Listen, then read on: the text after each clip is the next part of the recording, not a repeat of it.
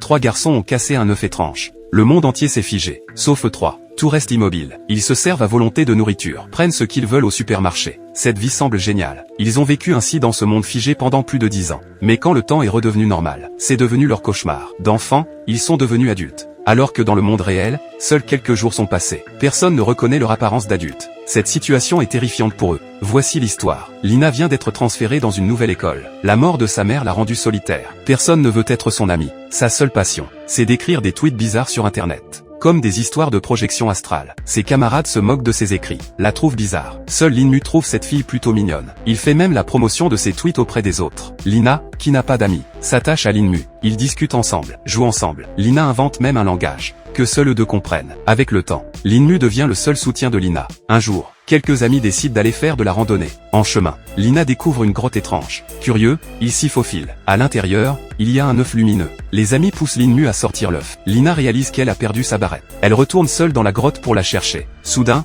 une énorme détonation.